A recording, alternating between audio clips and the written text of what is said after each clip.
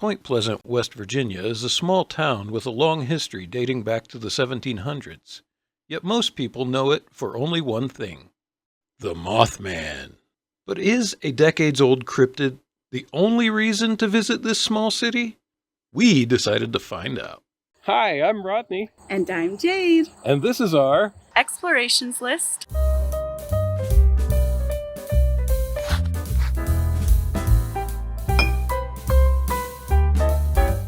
A little over 4,000 people live in the small town of Point Pleasant, West Virginia, which is nestled at the confluence of the Ohio and Kanawha rivers.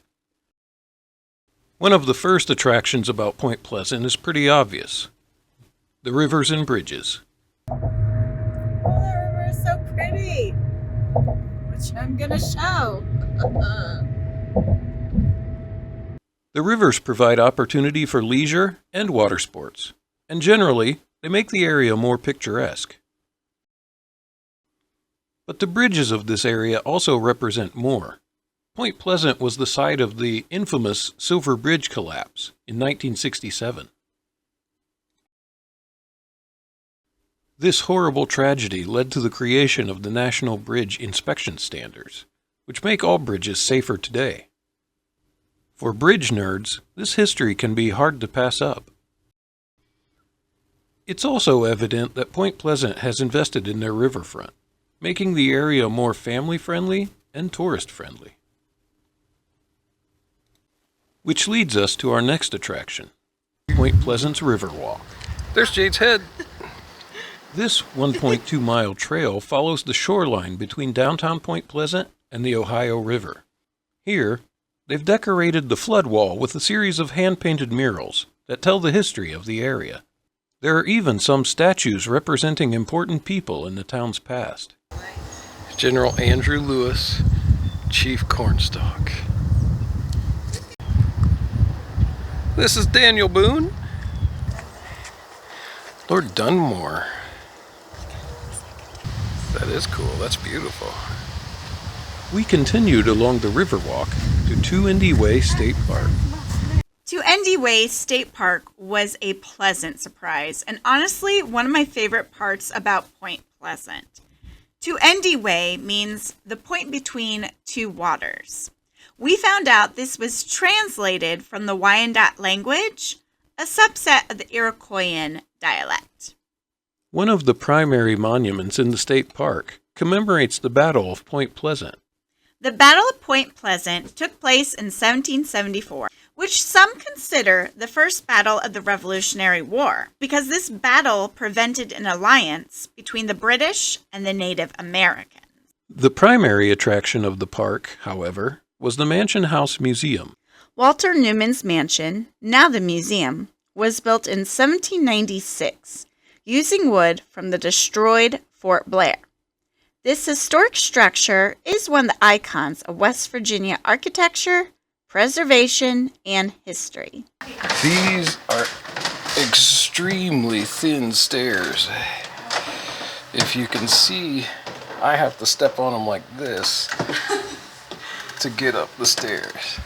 We are on the top floor of a very cool mansion built in the 1700s.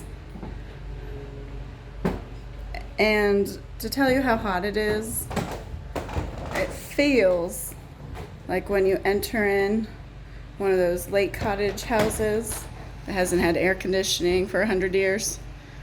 That's what it feels like. And that's how you go down. Oh, I'll show you how steep these stairs are. The rooms today display collections of pioneer furniture, heirlooms, and indigenous relics from the pre-Columbian 18th, 19th, and 20th centuries. There's actually a lot packed into the Mansion House Museum, and we spent some time there going through all the exhibits. It's a pretty hot day here, but we found a very nice little place to sit and in the shade and feel the breeze coming off the rivers. Ooh, yes. And we just went, like, right behind us is the Newman Mansion. It is so cool. Is that what it was called? Yeah. Okay. It was built in the 1700s. And it was It was very large for the houses of the time. That's why they called it the mansion. And I think it also served as a tavern for a little while. Oh, I didn't read that part. But it's a pleasant little surprise here in the state park right in Point Pleasant. This is the gravesite of legendary Chief Cornstalk, an important figure in Point Pleasant history. And he possibly cursed the town because of the things the pioneers did. He was forced to lead the attack on Long Knives at the Battle of Point Pleasant, October 10th, 1774. Oh, but he was murdered. But yes, he was murdered by the soldiers at Fort Randolph, which is not too far away. And that's why he came to possibly curse the town. The park also featured an ancient petroglyph recovered from the nearby area.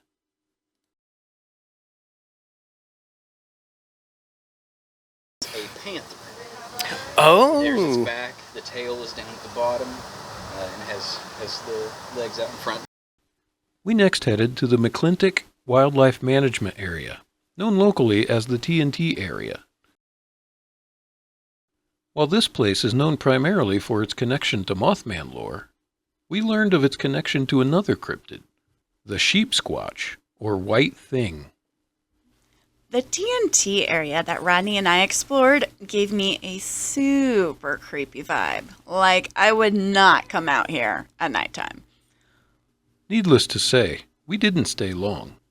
Point Pleasant also offers shopping and historic hotels, not much of which we were able to take advantage this trip. Finally, we found a spot where we could sit, relax, and recap our day. The breeze feels amazing. Okay, we got our spot. This is great. And yes, there's a mansion. It's right at the confluence of two rivers here, which makes it very scenic and picturesque. What was it called? The Canal River? And the Ohio River. Okay. Canal in Ohio. Many beautiful bridges around here. I think only 2 are for people and cars, but oh well. So, and they are not small bridges. No. They are fairly good-sized bridges. Like they're big. Yeah. In the end, there is much more to the small town of Point Pleasant than just the Mothman. We had an excellent day, and there's much more left for our next trip.